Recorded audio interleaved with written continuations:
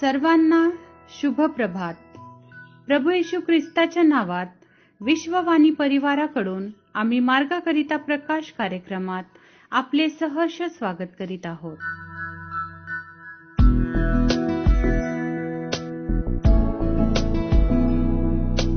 तन मन धन प्रभु तव चरणी, तन मन धन प्रभु तव चरणी, सकल तुझे हे तुझी दिलेती, सकल तुझे हे तुझी दिलेती, अघटित तव करणी. तन मन धन प्रभु तव चरणी.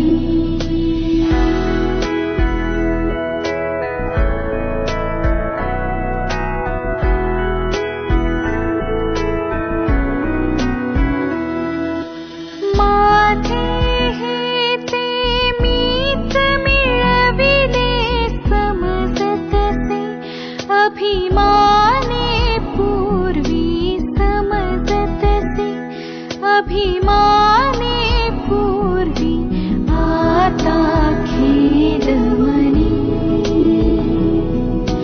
तन मन धन प्रभु तव चरणी.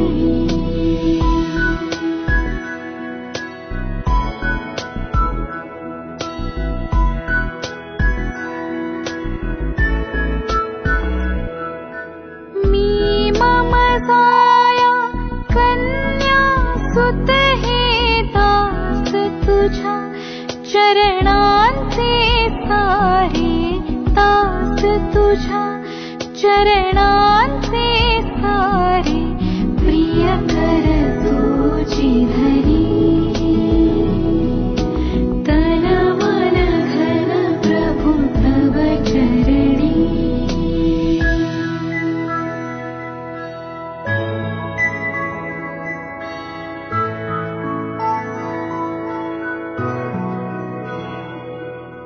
पीत विचार ही हर मम करणे अवलंबे, इच्छेवर तव बा अवलंबे, इच्छेवर तव बा करितो मन धरणी. तन मन धन प्रभु तव चरणी.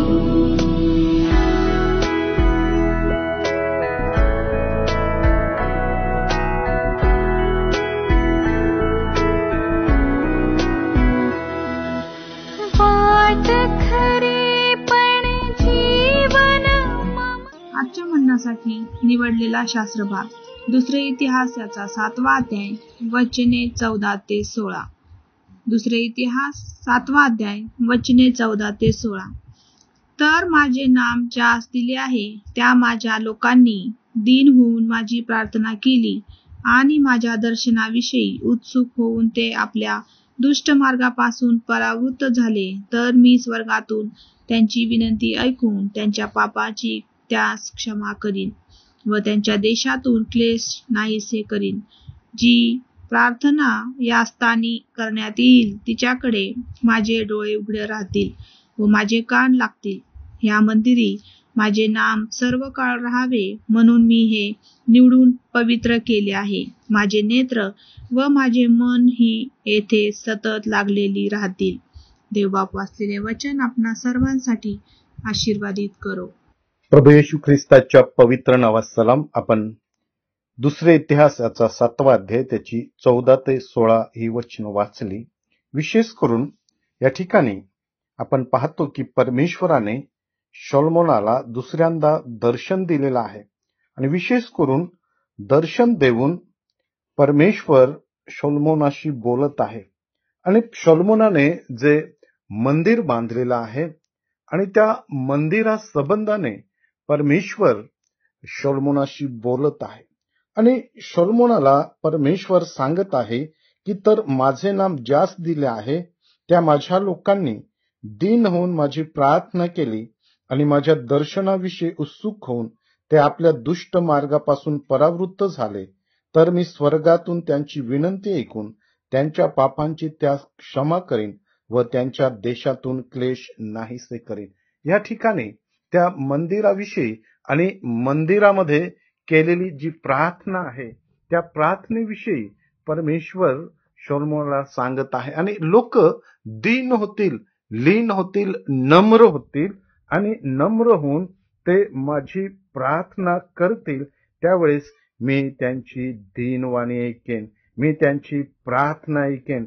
आणि जर ते माझ्या दर्शनाविषयी उत्सुक असले तर आणि त्यांनी आपल्याला स्वतःला त्या दुष्ट मार्गापासून परावृत्त केलं तर स्वर्गातून मी त्यांची वाणी ऐकेल आणि त्यांच्या पापांची क्षमा करेन आणि त्यांच्या देशातील क्लेश नाहीसे करीन, असं पवित्र परमेश्वर शलोमोन राजाला सांगत आहे. खरोखर माझ्या प्रियांनो, ज्यावेळेस मनुष्य परमेश्वरासमोर दीन होतो, नम्र होतो, स्वतःला रिक्त करतो, त्यावेळेस त्याची प्रार्थना परमेश्वर ऐकतो.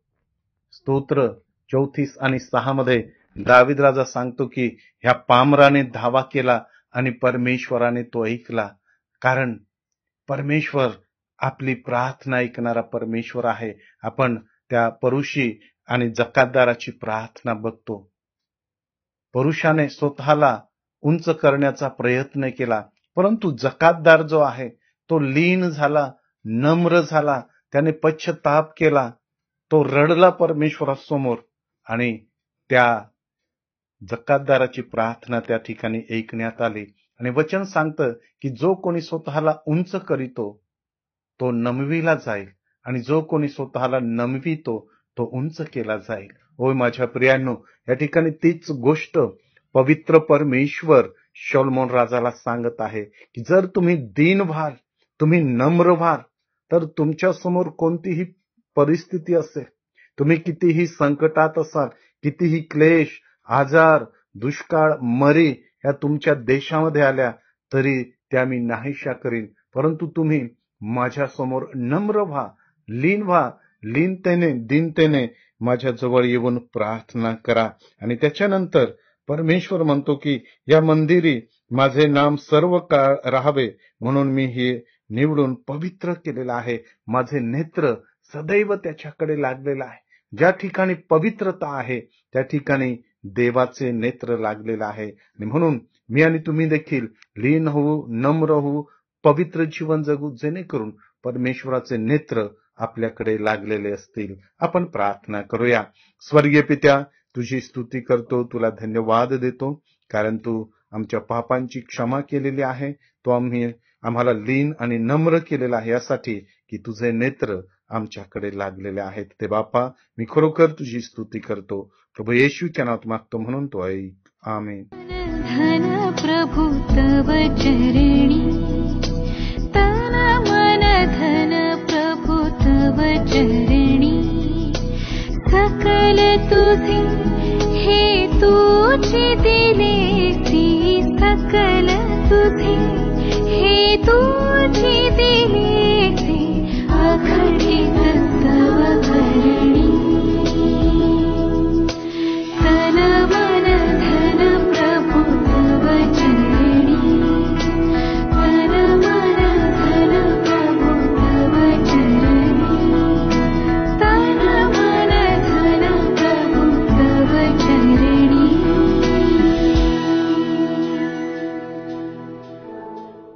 माझ्या दुःखात माझे सांत्वन हे आहे की तुझे वचन मला नवजीवन देते.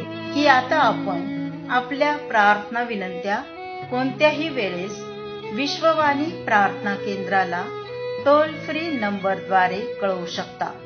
आमचा टोल फ्री नंबर 1-800-2700-333. आम्ही आपणासाठी या नंबरवर प्रार्थना करण्यास उपलब्ध आहोत. धन्यवाद.